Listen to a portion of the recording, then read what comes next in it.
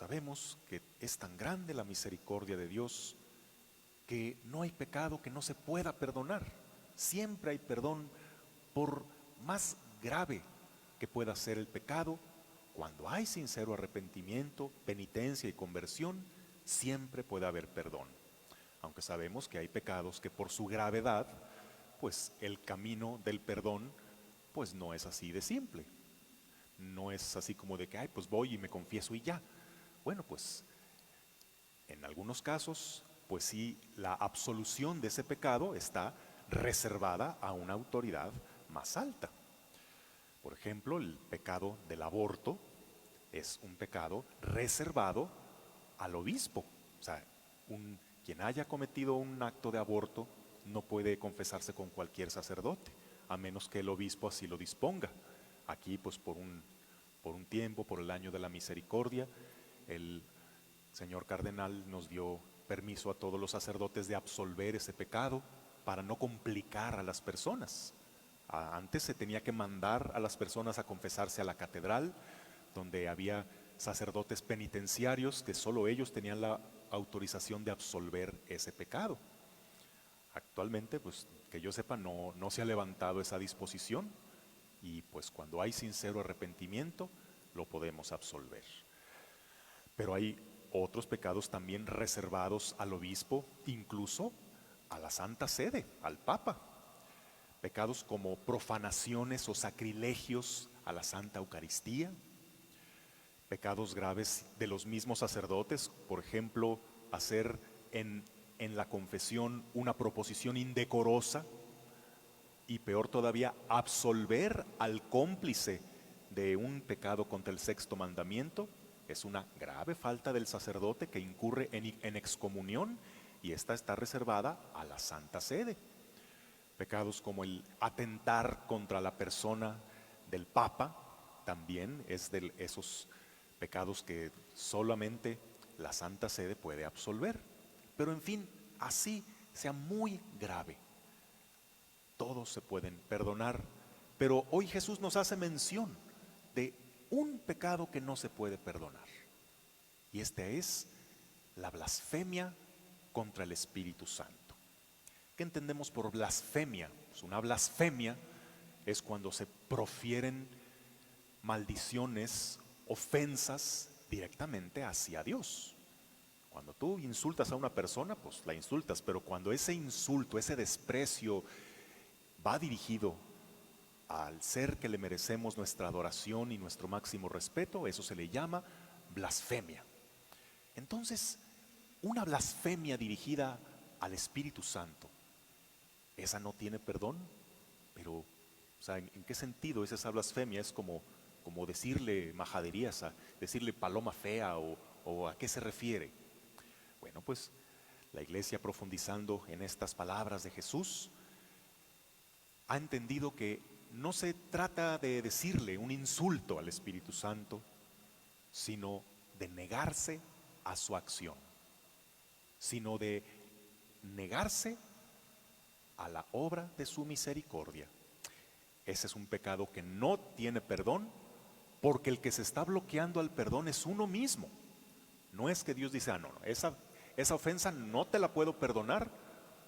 El no poder perdonar consiste en una negación de las condiciones que son necesarias para recibir el perdón. Y se consideran seis los pecados contra el Espíritu Santo. El primero, la desesperación de la salvación. Segundo, la presunción de salvarse sin merecimientos. Tercero, negar la verdad conocida como tal. Cuarto, tener envidia o pesar de la gracia ajena. Quinto, la obstinación en el pecado. Y sexto, la impenitencia final. Primero, la desesperación de la salvación. Aquel que cree que sus pecados son tan grandes que no pueden ser perdonados, que pierde toda esperanza de salvarse y se niega a acudir a la misericordia de Dios porque él mismo no se puede perdonar, porque siente que es tan imperdonable lo que hizo que ni siquiera Dios le ha de perdonar. Por eso ni siquiera le pide perdón. Y en el otro extremo está el que presume salvarse sin merecimientos. Sabemos, sí, la salvación es una gracia que Cristo nos obtuvo en la cruz, pero aquel que dice, pues como Cristo ya me salvó, yo pues voy a vivir tan cachetonamente, tan sumergido en el pecado, que al cabo ya Dios me va a salvar. Y con total arrogancia dice que ya está salvado, sin la menor duda, independientemente de sus actos, de su respuesta a Dios, se siente así como con un privilegio especial que le garantiza su salvación eterna. El negar la verdad conocida como tal es aquel que sabe lo que tiene que hacer, pero sabiéndolo, manipula la verdad o la niega o hace como que no sabe para seguir obstinado en el pecado. Tener envidia o pesar por la gracia ajena es el tú sentir pesar de que haya un pecador que se arrepienta o de que Dios tenga misericordia de alguien que tú quisieras ver condenado, que quisieras ver castigado. La obstinación en el pecado, pues aquel que sabe que anda mal, pero no tiene intención alguna de cambiar. Lo sé, soy consciente, pero no me importa. Algunos se excusan, otros no, pero sigues en tu determinación hasta acostumbrarte a vivir en el pecado grave. Una cosa es la permanente fragilidad humana que nos hace caer a veces recurrentemente en el pecado, pero bueno, caes, te levantas, sigues, al menos estás en pie de lucha. Pero aquel que de antemano ya se rindió y se tiró por completo en el pecado, esa es la obstinación. Y el más triste, la impenitencia final.